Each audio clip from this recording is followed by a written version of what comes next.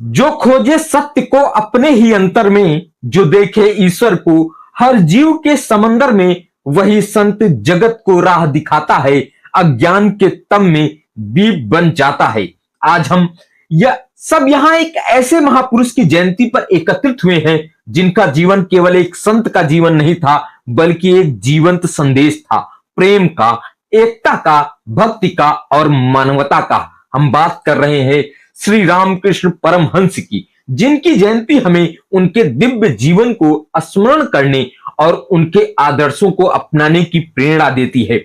रामकृष्ण परमहंस जयंती इसलिए मनाई जाती है ताकि हम उस प्रकाश को याद रख सकें जिसने अज्ञान के अंधकार में डूबे समाज को आध्यात्मिक चेतना का मार्ग दिखाया। उनका जन्म 18 फरवरी 1836 को पश्चिम बंगाल के कामारपुकुर गांव में हुआ। उनका बचपन का नाम गदाधर चट्टोपाध्याय था। बचपन से ही वे अत्यंत सरल, निष्कपट और आध्यात्मिक प्रवृत्ति के थे। जब अन्य बच्चे खेल में मग्न रहते थे, तब गदाधर का मन भजन, कीर्तन और ध्यान में रम जाता था। समय के साथ वे दक्षिणेश्वर काली मंदिर में पुजारी बने। यहीं से उनके जीवन की वह आध्यात्मिक यात्रा प्रारंभ हुई जिसने उन्हें विश्वविख्यात संत बना दिया। मां काली के प्रति उनकी भक्ति अद्भुत थी। वे केवल पूजा नहीं करते थे, बल्कि मां को सजीव अनुभव करते थे। उनका हृदय ईश्वर के साक्षात्कार के लिए व्याकुल रहता था। उन्होंने कठोर साधना की, पूर्ण आत्मसमर्पण दिया और अंततः दिव्य अनुभूति प्राप्त की। परंतु रामकृष्ण परमहंस केवल एक भक्त नहीं थे, वे एक प्रयोग धर्मी संत थे। उन्होंने केवल हिंदू धर्म ही नहीं, बल्कि इस्लाम और ईसाई धर्म का भी अभ्यास किया। उन्होंने अनुभव किया कि हर धर्म का सार एक ही है, प्रेम और सत्य। वे कहा करते थे, जितने मत उतने पथ, पर लक्ष्य एक। यह संदेश आज भी उतना ही प्रासंगिक है जब दुनिया विभाजन और असहिष्णुता से जूझ रही है। उनका जीवन हमें यह भी सिखाता है कि सच्ची आध्यात्मिकता दिखावे में नहीं, बल्कि सरलता में है। वे साधारण वस्त्र पहनते थे, सामान्य भोजन करते थे और अत्यंत सहज भाषा में गूढ़ सत्य समझाते थे।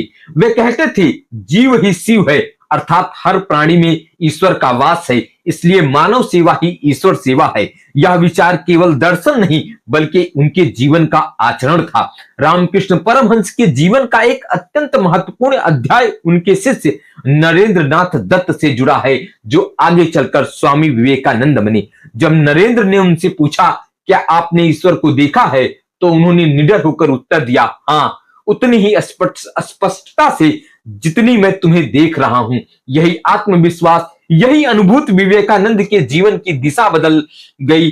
परमहंस ने उन्हें केवल शिष्य नहीं बनाया, बल्कि विश्व मंच पर भारत की आध्यात्मिक धरोहर का वाहक बना दिया। लेकिन हर महान जीवन की तरह उनका जीवन भी संघर्षों से अछूता नहीं था। जीवन के अंतिम वर्षों में वे गले के कैंसर से पीड़ित हो गए। असहनीय पीड़ा के बावजूद उनके चेहरे पर शांति बनी रही। जब लोगों ने उनसे प्रार्थना की कि वे मां काली से अपने स्वास्थ्य के लिए प्रार्थना करें, तो उन्होंने कहा, यह शरीर मां का है, वह जैसा चाहे वैसा करे।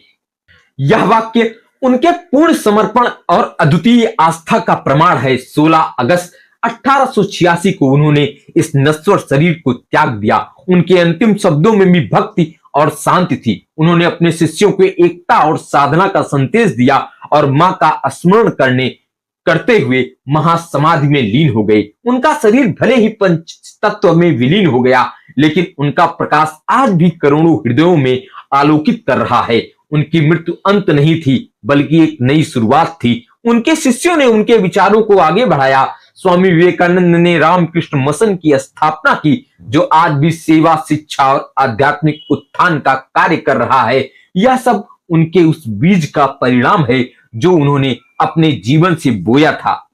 आज जब हम रामकृष्ण परमहंस जी की जयंती मना रहे हैं, तो यह केवल एक उत्सव नहीं, बल्कि आत्ममंथन का अवसर है। क्या हमारे जीवन में प्रेम है? क्या हम दूसरों में ईश्वर को देख पाते हैं? क्या हम सेवा को पूजा मानते हैं? यदि नहीं, तो हमें उनके जीवन से प्रेरणा लेकर अपने भीतर परिवर्तन लाना होगा। रामकृष्ण परमहंस का जीवन हमें सिखाता है कि सच्ची महानता बाहरी उपलब्धियों में नहीं, बल्कि आंतरिक पवित्रता में है। यदि हमारा हृदय निर्मल है, हमारा उद्देश्य सच्चा है और हमारी भावना करुणा से भरी है, तो हम भी अपने जीवन को सार्थक बना सकते हैं। आइए इस पावन अवसर पर हम संकल्प लें कि हम अपने बताए मार्ग प्रेम, सेवा, सहिष्णुता और सत्य पर चलेंगे। यही उनके प्रति हमारी सच्ची श्रद्धांजलि होगी। प्रेम की भाषा जिसने जग को सिखाई, हर दिल में ईश्वर की ज्योति जगाई, ऐसे संत को सत सत प्रणाम हमारा, उनका हृदय रहे जीवन का सहारा। धन्यवाद। अगर आपको यह वीडियो पसंद आई है तो प्लीज लाइक करिएगा, चैनल को सब्सक्राइब करिएगा और कमेंट में यह बताना ना भूलिएगा कि आपको